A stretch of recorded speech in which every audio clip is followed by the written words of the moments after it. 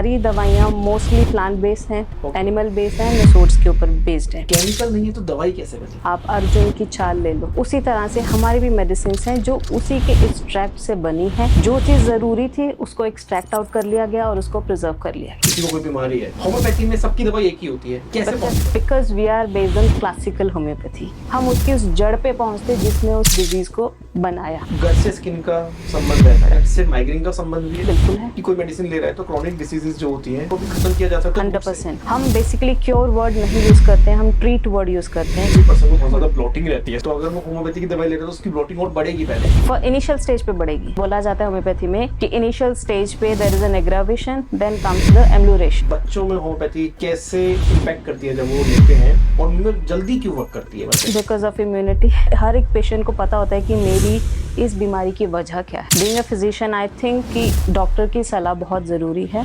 Test के बिना कैसे पता किया जा रहा है कि इनको क्या प्रॉब्लम है और वहीं पे सीधा इम्पैक्ट किया जा रहा है? Patient itself is a report. एक फिजिशियन का ये प्रिंसिपल होना चाहिए कि मुझे पेशेंट को ठीक करना है। किसी की बीमारी ज्यादा बड़ी है या उसको दिमाग से मान लेना ज्यादा बड़ा है? दिमाग से मानना सबसे बड़ी बात। ओवर थिंकिंग में ना जाए हमारा माइंड, इसके लिए भी होम्योपैथी में दवाई होती है। There are so many medicine. Pregnancy में भी होम्योपैथी ले सकते हैं? ले सकते हैं initial stages, because there are so many medicine जिससे अबॉर्शन के चांसेस रहते हैं। बहुत सारी लेडी हेयर्स को हम डिले करना चाहते हैं, होम्योपैथी इस चीज को सपोर्ट करता है। Yes we have medicine. Homeopathy की दवाई लाइफ टाइम खानी पड़ती है या इसका कोई समय भी होता है कि इस समय बंद हो जाएगी ये?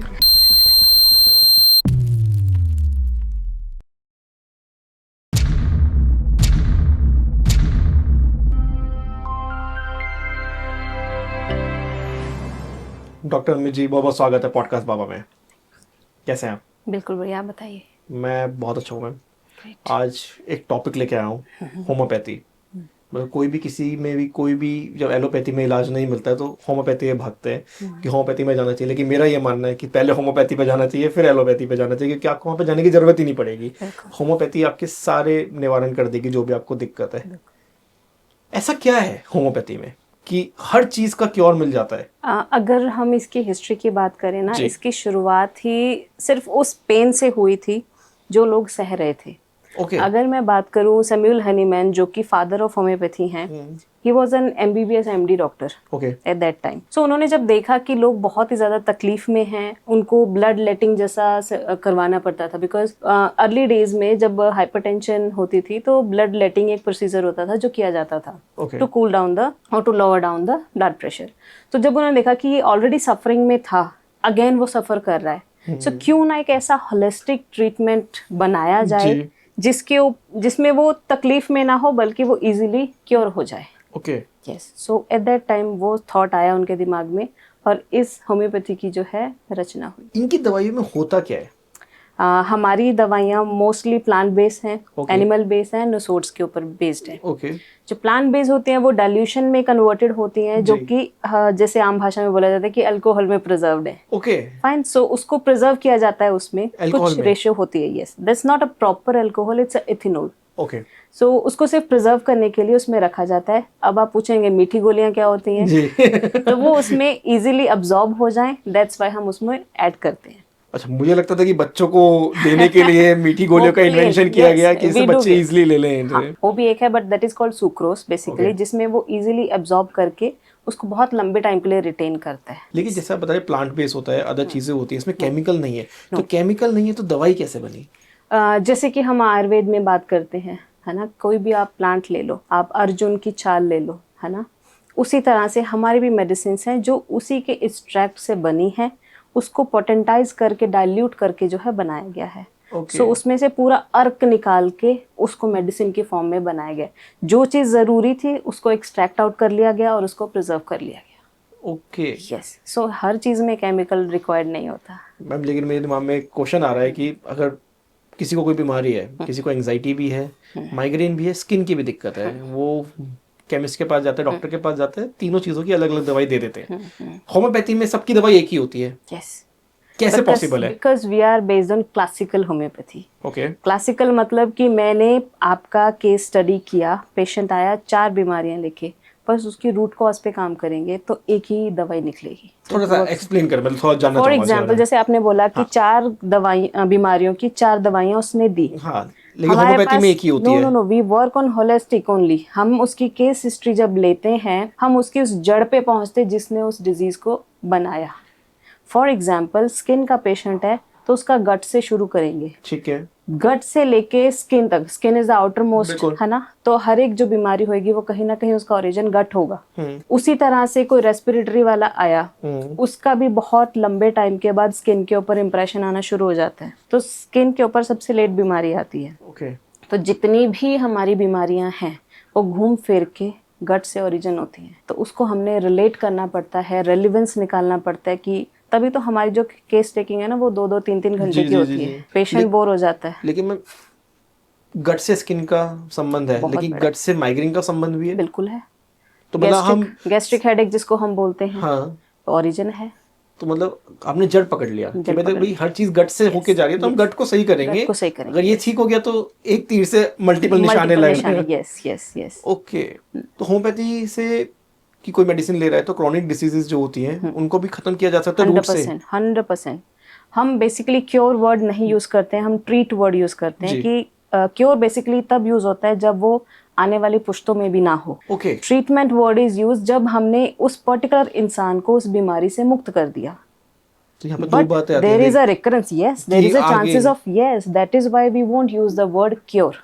तो मतलब वो जेनेटिक्स से थ्रू ट्रैवल कर सकती है वो आगे। डेफिनेटली बहुत सी बीमारियां लेकिन करती फिर मैं होम्योपैथी तो ये दावा करता है एक तरीके से कि हम क्योर, कर हम रहे लोग हैं। क्योर वर्ड कभी नहीं यूज करते। आप किसी भी होम्योपैथ को मिलेंगे, हमको सिखाया ये गया है कि we can treat the case, we can't cure them. कोई पेशेंट आप पे आया उसका कोई केस स्टडी आप डिस्कस करना चाहें इसके regarding? There are so many cases. सबसे interesting case I think skin में होता है। ओके। बिकॉज स्किन में मल्टी लेवल सप्रेशन होता है। कोई भी पेशेंट आएगा वो स्टीरॉइड्स लेकर ही आएगा, वो ऑइंटमेंट्स लगा लगा के उसको सप्रेस करके आएगा।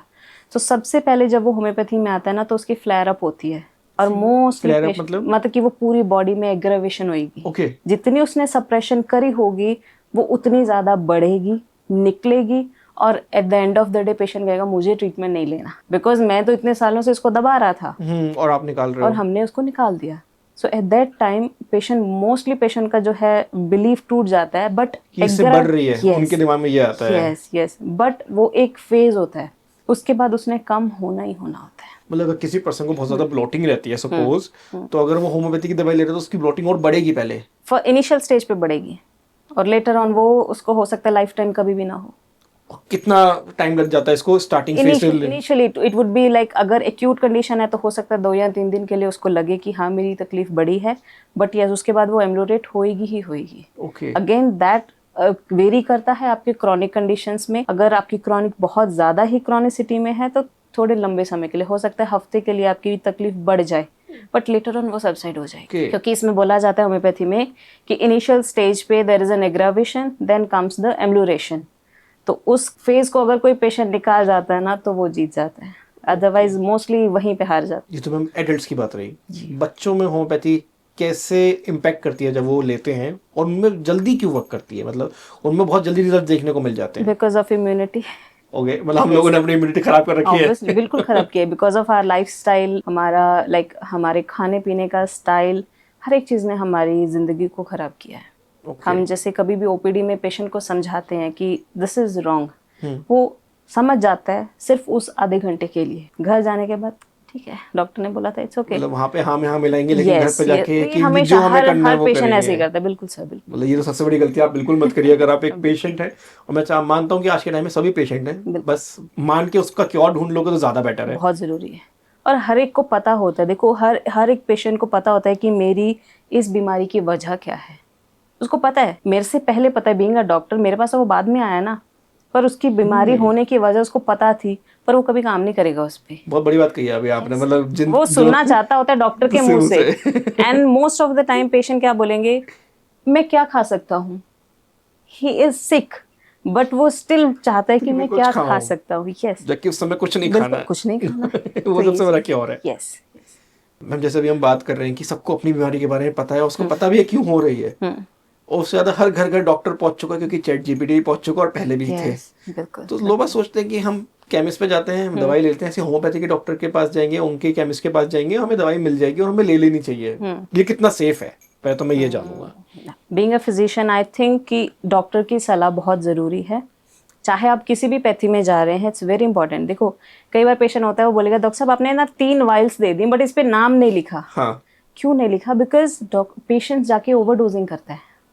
अब मुझे पता है कि ये मेडिसिन मैं 7 डेज से ज़्यादा नहीं दे सकती, या मैं 3 डेज से ज़्यादा नहीं दे सकती। Same in case of antibiotics भी होता है कि हाँ आपने उसका पर्टिकुलर एक कोर्स है, उससे ज़्यादा आप नहीं ले सकते। जैसे होम्योपैथी के बारे में बोला जाता है it's a very safe gentle, yes it is but there is a side effects too. तो उसको ही प्रिवेंट करने के लिए कभी भी सेल्फ मेडिकेशन नहीं करनी चाहिए, एंड आप डॉक्टर से सलाह लेके करो, it's good, it's safe. Homeopathy में रिपोर्ट्स इतनी चेक नहीं करवाई जाती, इतनी बातचीत पे ध्यान दिया जाता है। मतलब एक एक 1.5 घंटा सेशंस डॉक्टर लेते हैं और पेशेंट भी बहुत बताता है जितना उसको बताना है, लेकिन मैं तो कहता हूँ हर चीज़ बतानी चाहिए अपने डॉक्टर के साथ, तभी वो उस चीज़ को सही कर पाएंगे। बिल्कुल। तो टेस्ट के बिना कैसे पता किया जा रहा है कि इनको क्या प्रॉब्लम है और वहीं पे सीधा इम्पैक्ट किया जा रहा है? ओके इसमें अगर मैं बात करूं, टेस्ट अभी इन्वेंट हुए कुछ सालों पहले। बिल्कुल। इससे पहले अगर हम अपने ग्रैंड पेरेंट्स की बात करें तो मुझे नहीं लगता कि वो रेलेवेंस था कोई भी टेस्ट का। एट दैट टाइम किसी ने हाइपरटेंशन नहीं सुनी थी, do they have headaches, correct. है ना। उनको कभी आपने शुगर नहीं सुनी होगी, डायबिटीज नहीं सुनी होगी। दे डू हैव बर्निंग, चिलमिलाहट होती है पैरों में, झंझनाहट होती है, they do have symptoms but they don't know about the disease. वो हमने इन्वेंट कर दी कि कभी भी प्रिक करो, रूल आउट कर लो। That is not at all. वो किसी भी ट्रीटमेंट को डिफाइन नहीं कर सकता। वो एक टेम्परेरी प्रेजेंटेशन है बॉडी की। मैं ये नहीं कहूंगी कि I am against the blood test और नहीं, वो बहुत अच्छी चीज़ है बिकॉज हम उतने एडवांस हो चुके हैं ताकि हम ये जान सके कि पेशेंट की बॉडी में क्या चल रहा है। मैम लेकिन मुझे नहीं पता ये टॉपिक यहाँ पे उठाना सही है या नहीं, लेकिन जो हम देखते हैं कि अगर किसी पर्सन को कोई बीमारी है और वो एक जगह डायग्नोस नहीं हुई है और वहाँ पे टेस्ट हुए हैं, अगर वो कहीं और जगह जा रहा है तो वो भी दोबारा डायग्नोस करवा रहे हैं, वो उन रिपोर्ट्स को नहीं मानते हैं। नहीं मानते हैं। इसमें लॉस किसका हो रहा है? पेशेंट पेशेंट का, क्योंकि उसको 2-2 बार अपना ब्लड देना पड़ रहा है और सारी चीजों से निकलना पड़ रहा है, तो वो पहले परेशान है। देखो मैं इसमें ना अपने पेशेंट को ये गाइड करती हूँ, मैं कभी ब्लड टेस्ट को या किसी भी स्क्रीनिंग को इतना रेलेवेंस नहीं देती हूँ, बिकॉज मैं जानना चाहती हूँ कि तुमको तकलीफ शुरू कहाँ से हुई थी। करेक्ट। ठीक है। मोस्ट ऑफ द टाइम मेरी ओपीडी में पेशेंट के रिश्तेदार नहीं होते, कल्ला पेशेंट होता है, क्योंकि जो सच्चाई आपको वो बता सकता है वो उसके रिश्तेदार या कोई नहीं बता सकता, और अकेला ही जाना भी नहीं चाहिए, बता अकेला ही सकता जाना हमेशा चाहिए। हमेशा, क्योंकि जो रिलेटिव्स या आसपास वाले जो बीच में ये ऐसे करता है, इसने ऐसे कर दिया, हम इसको बोलते हैं कि ये मत खाओ, नहीं, वो एक डिस्ट्रैक्शन है, वो उस पॉइंट पे पहुंचेगा ही नहीं। So 1 patient at a time, no relatives, ये लिखा हुआ है बाहर क्लिनिक के, नहीं आएगा। सो उस टाइम पे जब हम 1-1.5 घंटा उसकी कन्वर्सेशन करते हैं, it's like a session only, जैसे आपने पहले बोला, तो मुझे रिपोर्ट्स की जरूरत नहीं पड़ती है। वो रेलेवेंस तब आता है जब मुझे लगे कि इसको रिजल्ट क्यों नहीं मिल रहे। मैम डॉक्टर पे डाटाबेस ही इतना होता है, मुझे आज भी याद है फर्स्ट टाइम मैं होम्योपैथी के डॉक्टर के पास गया था, तो उनके कैबिन में घुसा तो मैं कहा फाइल्स लगी हुई हैं, मतलब मैं कहा इनके पास एक पर्सन का डाटा है कि इसको मैंने क्या दवाई दी थी और क्या चीज़ है। मतलब मोस्टली हम किसी और डॉक्टर पे जाते हैं, वो हमें हमारा प्रिस्क्रिप्शन दे देते हैं, उन्होंने 2 फोटो स्टेट करी उसकी, एक मुझे दिया, एक अपनी फाइल में रखा और एक अपने रिकॉर्ड्स में रखा, कि जिससे वो अगली बार मैं कभी भी जाऊंगा तो मुझे उनके सामने खुला चिट्ठा है कि भाई मैंने क्या डिस्कस किया था 1-1.5 घंटा लगा के, और उस हिसाब से फिर टाइमिंग कम होती चली जाती है चीज़ों की। एंड इनफैक्ट लाइक जाहिर सी बात है रिपोर्ट्स की उस टाइम पे जरूरत नहीं पड़ती, जब मेरे पास एक पूरी जो कहते हैं ना जैसे पूरी कुंडली है उनकी जी। तो मुझे इधर उधर देखने की या चीजें खंगालने की जरूरत नहीं पड़ती है कि और मैं क्या जानना चाहूंगी या क्या पूछूंगी। मैं patient itself is a report, वो आपके पास आया है, वो साक्षात रिपोर्ट ही है, उसमें से बस आपको एक्सट्रैक्ट आउट करना है। एक फिजिशियन का ये प्रिंसिपल होना चाहिए कि मुझे पेशेंट को ठीक करना है, उसको ठीक मैं किस हद तक जाके कर सकता हूँ ये डॉक्टर पे डिपेंड करता है। एज अ होम्योपैथी डॉक्टर आप हैं, किसी की बीमारी ज़्यादा बड़ी है या उसको दिमाग से मान लेना ज़्यादा बड़ा है? बिल्कुल, दिमाग से मानना सबसे बड़ी बात है, क्योंकि अगर आपने सुना होगा प्लेसिबो इफेक्ट होता है एक, है ना, कि माइंड में सोच लिया मुझे कैंसर हो गया, वो ऑटोमेटिकली डेवलप हो जाएगा। माइंड से सोच ले कैंसर है ना यार, मुझे पता है ना, मैं इसको ट्रीट करता हूँ, ऑटोमेटिकली ठीक हो जाएगा। Your mind set is everything. तो माइंड को ओवर थिंकिंग में ना जाए हमारा माइंड, इसके लिए भी होम्योपैथी में दवाई होती है? There are so many medicines, okay. Yes. तो मतलब फिर तो मैं ये मानता हूँ जो आईएएस आईपीएस की तैयारी कर रहे हैं बिल्कुल, या एग्जाम फियर के लिए बहुत अच्छी मेडिसिन है हमारे पास, बिल्कुल है। और वो भी जिसका कोई साइड इफेक्ट नहीं है, नहीं है, आपको बिल्कुल। नॉर्मली लेनी है। समटाइम्स तो हम भी एग्जाम से पहले लेके जाते थे। Yes, there are so many मतलब फोकस बढ़ाने के लिए भी होती है? focus, yes. Patient is in brain fag, medicine. Concentration lack, there is medicine. There's so many medicine. More than 5,000 medicines we have. ऐसा कोई पेशेंट आपके पास आया, आपने उसको समझाया कि आपको ये चीजें नहीं करनी है, आपने उसको दवाई दे दी, वो घर पे जाके, जैसे अभी आप पीछे कह रहे थे कि आधा घंटा हमारी बात सुनता है, उसके बाद नहीं सुनता है, वो अपनी लाइफ स्टाइल चेंज नहीं कर रहा है, लेकिन दवाई टाइम पे ले रहा है, तो होम्योपैथी वर्क करेगी? डेफिनेटली वर्क करेगी। तो फिर हम लाइफ चेंज का उसको क्यों बता रहे हैं, क्यों करें? क्योंकि कुछ ना कुछ ऐसे फैक्टर्स होते हैं जो उसको बनाए रखते हैं। हर एक को पता है, देखो अभी ओबेसिटी बहुत कॉमन हो गई है ना, because availability of everything is very common. मुझे रात को 12 बजे भूख लग रही है, I have Zomato and all with me. Correct. मैं कभी भी ऑनलाइन ऑर्डर करके I can have whatever I wish to. बिल्कुल। ठीक है, तो एक वो चीज़ें, तो उनको वो चीज़ें बताई जाती हैं। देखो प्रोग्नोसिस जो है वो हर डॉक्टर समझाता है कि ये तुम्हारी प्रेजेंटली बीमारी चल रही है, आने वाले टाइम में ये होगा जी। तो कई पेशेंट मान जाते हैं, कई पेशेंट नहीं मानते हैं, और जो नहीं मानते वो 2-4 साल बाद आते, डॉक्टर साहब आपने ना 4 साल पहले ऐसा बोला था। आते आते आते जब उनको वो हिट करते ना बात की, यार ये बात मुझे डॉक्टर ने बोली थी कि आज मैं डायबिटीज कंट्रोल नहीं कर रहा हूँ सर, आने वाले टाइम में पैर कटाना पड़ सकता है। कटवा के आते हैं कई पैर अपना। तो वो चीज़ें देखो, आपका डॉक्टर अगर आपको गाइड कर रहा है ना, उसको आपसे कोई मतलब नहीं है। सही बात है, वो आपका भला चाह रहा है। एग्जैक्टली, वो आपको समझना पड़ेगा बिना किसी इस परेशानी के, या ये सोचे कि पता नहीं ये मुझे ऐसा क्यों गाइड कर रहा है, या ये मुझे मेरी फेवरेट चीजें खाने से क्यों रोक रहा है। हमें कुछ नहीं लेना देना, आप जो मर्जी खाओ, जब तक आप हेल्दी, ठीक हो रही है, आपकी ठीक होगी। जब तक आप हेल्दी हैं, आपका वर्किंग बहुत अच्छी है, खाओ, जितनी कैलोरीज ली है उतनी बर्न हो रही है, इट्स ओके। चाहे रात को 2 बजे भी खाओ, कुछ नहीं होता। बट यस, एक एज के बाद अपनी डाइट, अपनी कैलोरीज और थोड़ी सी अपनी जुबान आई थिंक बंदे को कंट्रोल कर लेनी चाहिए। बिल्कुल बिल्कुल, बहुत जरूरी। होम्योपैथी की दवाई लाइफ टाइम खानी पड़ती है या इसका कोई समय भी होता है कि इस समय बंद हो जाएगी ये? वो सर डिपेंड करता है आपके केस के ऊपर। अगर हमारे पास कोई साइकेट्रिक केस आता है तो यस, उसको हम थोड़े प्रोलॉन्ग टाइम के लिए खिलाते हैं, but not for the life time.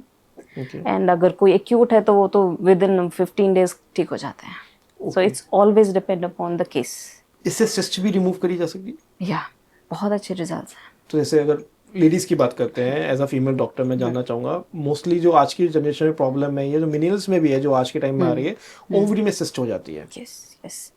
उसके क्या क्या एडवांटेजेस होम्योपैथी में आके उनको मिल सकते हैं, क्योंकि बहुत सारी लेडीज हमारे साथ जुड़ी हुई होगी व्यूज में, वो मैं जानना चाहूंगा। नहीं बिल्कुल, होम्योपैथी में देखो, मैं ये चाहूंगी अगर किसी ने होम्योपैथी ऑप्ट करनी है ना, उससे पहले पेशेंस ऑप्ट करके आए। मोस्ट ऑफ द टाइम हमको जो चैलेंज आता है बीइंग होम्योपैथिक फिजिशियंस, मैंने आज आपसे ट्रीटमेंट शुरू किया, मुझे 4 महीने हो गए, मुझे रिजल्ट नहीं आया। उस टाइम ना हम एक्चुअली बोल नहीं पाते कि आपको पता है कि ये कितने साल में डेवलप हुई है। It's not in a day और सो। वो एक हफ्ते में नहीं है, ये तो एक हफ्ते में जाएगी भी नहीं। यस, वो पेशेंट को समझना चाहिए। देखो आज के टाइम में इतनी इंफॉर्मेशन है, इतना डेटा जो है पड़ा हुआ है, पेशेंट कंफ्यूज हो गए हैं, उनको पता ही नहीं है किसकी सुने, किसकी माने, क्या करें। एग्जैक्टली। तो ये मैं रियली आपको अप्रिशिएट करूंगी कि आपने ये इनिशिएट लिया, क्योंकि बहुत ज़रूरी है आज की जनरेशन को या हमारे पेरेंट्स को भी अनलर्न करवाना बहुत सी चीज़ें, बिकॉज हम लोग फिक्स हो चुके हैं। कोई ये बोलता है, कोई ये बोलता है, दे ऑल आर कंफ्यूज्ड। भ्रांतियां बनी हुई हैं मैम, जिनको तोड़ना बहुत जरूरी है। मैं ये नहीं कह रहा हूँ हर भ्रांति गलत है, लेकिन हर भ्रांति ठीक भी नहीं है। एग्जैक्टली। तो लेडीज को कैसे रिलीफ मिल सकता है? मिलता है, देयर आर वेरी मतलब मैं आपसे वो आंसर चाह रहा हूँ इसमें कि जिससे लेडीज, एलोपैथी में बहुत ज़्यादा साइड इफेक्ट्स होते हैं, मैरिड लाइफ में बहुत ज़्यादा देखा जाता है, इनफर्टिलिटी वगैरह बहुत सारी चीज़ें आ जाती हैं। होम्योपैथी में अगर वो आती हैं, मैं ये नहीं कह रहा हूँ कि तुरंत रिजल्ट मिलेंगे, लेकिन जब रिजल्ट्स आएंगे तो किस लेवल के आते हैं, क्योंकि आप इतने सारे पेशेंट से मिलते होंगे तो बहुत सारे क्वेश्चंस आपके पास होंगे कि जो लोग नॉर्मल रहते हैं, वो मैं जानना चाहूँगा। इनफर्टिलिटी में देयर इज 100% क्योर, ओके, जो कि आपने वर्ड यूज़ किया। पीसीओडी में yes there is a, but वही है कि ट्रीटमेंट लिटिल प्रोलॉन्ग्ड। सिस्ट के बारे में जानना चाहूँगा, ओवरी सिस्ट में हम बात कर रहे थे। बहुत अच्छे रिजल्ट्स हैं sir, without any. No removal तो हम कभी भी नहीं बोलते, बहुत अच्छा रिजल्ट्स हैं। अगेन टाइम देना पड़ेगा, जो बोला जाएगा उसको फॉलो करना पड़ेगा। If you follow that 100% results हैं। प्रेगनेंसी में भी होम्योपैथी ले सकते हैं? ले सकते हैं इनिशियल स्टेजेस में। वो डिपेंड करता है, कभी सेल्फ मेडिकेशन हम प्रेगनेंसी में नहीं कहते हैं, because there are so many medicine जिससे अबॉर्शन के चांसेस रहते हैं। ओके। सो अगर आप आपका जैसे फैमिली फिजिशियन है कोई, तो हाँ आप उनसे ले सकते हैं। अगर हम किसी होम्योपैथी डॉक्टर के पास जा रहे हैं, मतलब सब अपनी अपनी सिटीज में कोई ना कोई बेस्ट डॉक्टर ढूंढ ही लेंगे, बिल्कुल। सबसे पहले जाके हमारे 3 ऐसे क्वेश्चंस क्या होने चाहिए जिससे डॉक्टर भी हम पे बिलीव करे कि हम ठीक होना है? क्योंकि कई बार हम बहुत बचकाने क्वेश्चंस पूछ लेते हैं और ये लगता है डॉक्टर को कि यार ये खुद से डॉक्टर बन रहे हैं, तो वो चीज ना लगे, लेकिन हम उनको ऑथेंटिक इन्फॉर्मेशन डॉक्टर को क्या चाहिए होती है इससे वो हमें सही ट्रीटमेंट दे पाए। ओके, बहुत अच्छा सवाल। सबसे पहले तो कभी भी डायग्नोसिस मत बताओ। अच्छा। नहीं, पेशेंट आता है बोलता है I am suffering with PCOD, वो तुम्हारे रिपोर्ट्स में लिखा हुआ है, मैं उसको नहीं देखूंगी। आप अपनी बात करो। सही बात है। डोंट टॉक जो आपके पेपर में लिखा हुआ है। ठीक है। दूसरा, कभी गूगल करके मत जाओ।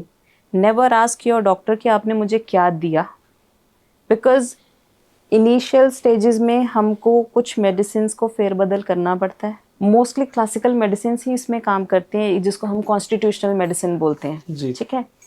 तीसरी चौथी बात ये कि पेशेंट लाइक फेथ रखे। Never go for like unnecessary questioning. आपके जो भी है, जहाँ से शुरू हुई थी बीमारी आपको नहीं पता, बट आपकी जो हिस्ट्री है वो बचपन से शुरू हुई।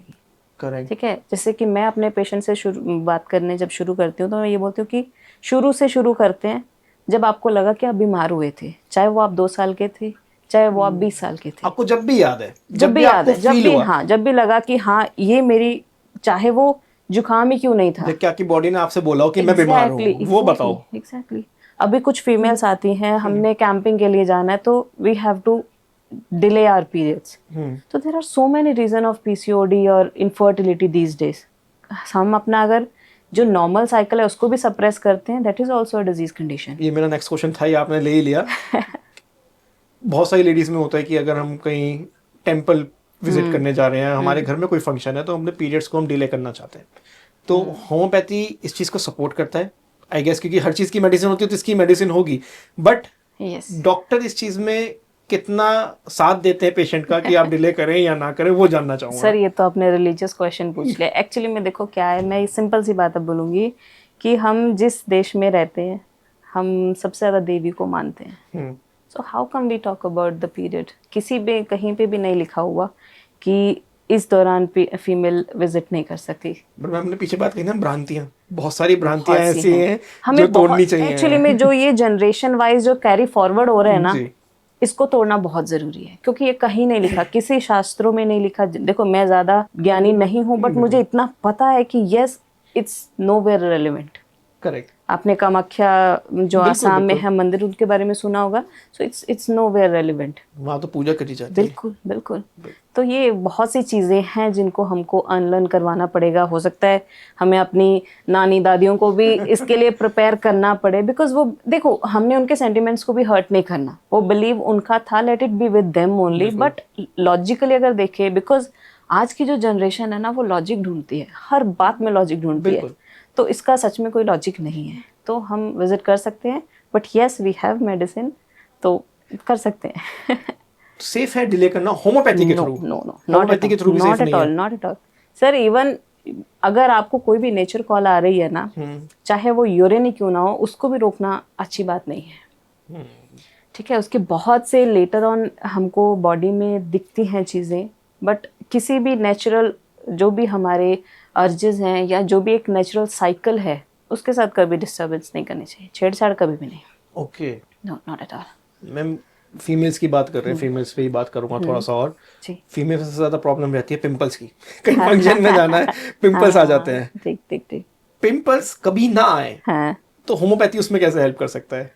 देखो इसमें सिंपल सी बात है, हार्मोनल इम्बैलेंस जब होता है, बिकॉज मोस्टली जो पिंपल्स होते हैं वो टीन एज में आते हैं जी। तो उस टाइम पे जो आपके हार्मोन्स हैं ना, वो बहुत ही इम्बैलेंस्ड होते हैं। तो या तो बैलेंस योर हार्मोन्स। उसमें मैं मोस्टली फीमेल्स को ये एडवाइस करती हूँ कि देखो उस टाइम केमिकल्स यूज मत करो। कहीं आते हैं कि हमने पील ऑफ किया, हमने कुछ ऐसी क्रीम्स यूज करी, बट हम और खराब हो गए। वो एक नेचुरल फिनोमिना है, वो बाय द टाइम अपने आप स्टेबल हो जाएगा। Once you are out of your teen ना, तो ऑटोमेटिकली वो सबसाइड हो ये भी जाएगा। कहा जाता है कि जब पिंपल आया है हमारे तो हमारी पेट में गर्मी बढ़ गई है, इसलिए हमारे हाँ, मैं पिंपल। आने वाली थी उस पॉइंट पे कि इट्स अगेन आपके The gut. गट से ही रिलेटेड है। तो जहाँ हमने यस स्टार्ट किया था वहीं आ गए हम दोबारा। सर, हमारी जिंदगी शुरू गट से होती है अगर हम देखा जाए। गट ही आपको माइंड से पागल भी कर सकती है और माइंड Yes. से तंदुरुस्त भी बना सकती है। बिल्कुल, इट्स ऑटोमेटिकली मतलब कि vice versa it's. Grey hairs के बारे में थोड़ा बात करूंगा, जेंट्स में, फीमेल्स में, और आज तो अर्ली एज में 20-21 के बच्चों में भी मतलब दिख जाता है। तो ये क्योर किया जा सकता है इजीली या हार्ड है? नहीं, इसमें बहुत से मिथ्स हैं। बहुत लोग ये दावा करते हैं कि किया जा सकता है, बट नो, कोई भी चीज़ नेचुरली इफ हैपन ना, वो नहीं दोबारा से हो सकती as per my experience. Okay. हो सकता है कई लोगों का रिवर्स की एक्सपीरियंस जा सकती है थोड़ी सी, नहीं, हम प्रिवेंट कर सकते हैं कि आगे ना बढ़े। आगे ना बढ़े। यस, वो हम कर सकते हैं, ओके, बट जो हो चुका वो रिपेयर नहीं हो सकता। वो डैमेज खा चुके वो हैं हो आप। चुकी, यस, वो डेफिशिएंसीज है बॉडी में। आपकी डाइट अच्छी नहीं है, आपका लाइफस्टाइल कैसा है, आपका स्ट्रेस कैसा है, इमोशंस कैसे हैं, इमोशंस को दबाते हो, एक्सप्रेस करते हो, एवरीथिंग डिपेंड्स ऑन दैट। कितने साल के बच्चे से हम लोग होम्योपैथी स्टार्ट कर सकते हैं उसकी? मैं तो कहती हूँ पैदा होते ही। पैदा होते ही किस होम्योपैथी दवाई की उसको जरूरत है? अगर इम्यूनिटी की बात करें सो हाँ। There are so many. मैं नाम इसीलिए नहीं लूंगी बिकॉज लोग मेडिकेशन बिल्कुल। सेल्फ करेंगे। फिर देखो, कलकैरिया फोर्स बेसिकली बच्चे को 6वें महीने से शुरू कर देते हैं। 6 मंथ से लेके 2 या 3 इयर्स तक हम उसको कंटिन्यू दे सकते हैं 6x पोटेंसी में, because it strengthen the bones. उसको टीदिंग में बहुत ही बेनिफिशियल है। ये तो बहुत से कुछ ऐसी मेडिसिन है जो हर एक को पता है, हर एक को पता है।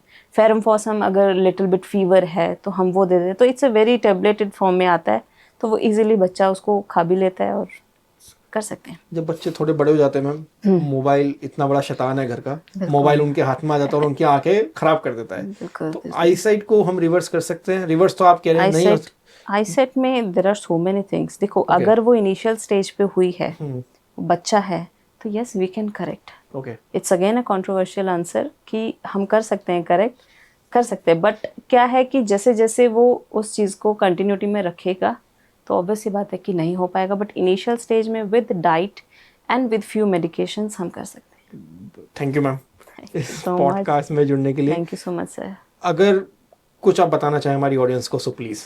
मैं बस यही कहूँगी कि देखो, कोई भी पैथी जो है वो बुरी नहीं है।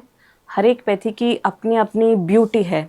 अगर मैं अपनी पैथी की बात करूँ तो आप लोग पेशेंस रखो। देखो, हैनीमैन ने कहा था कि होम्योपैथ फेल हो सकता है किसी भी केस को ठीक करने में, बट होम्योपैथी कभी फेल नहीं हो सकती। उसी तरह से बाकी पैथीज भी हैं। हो सकता है कि आपका डॉक्टर आपको समझ नहीं पाया, बट इसका मतलब ये नहीं है कि वो पैथी गलत है। सो कभी भी किसी भी चीज़ का डिसीज़न इतनी जल्दी मत लिया करो।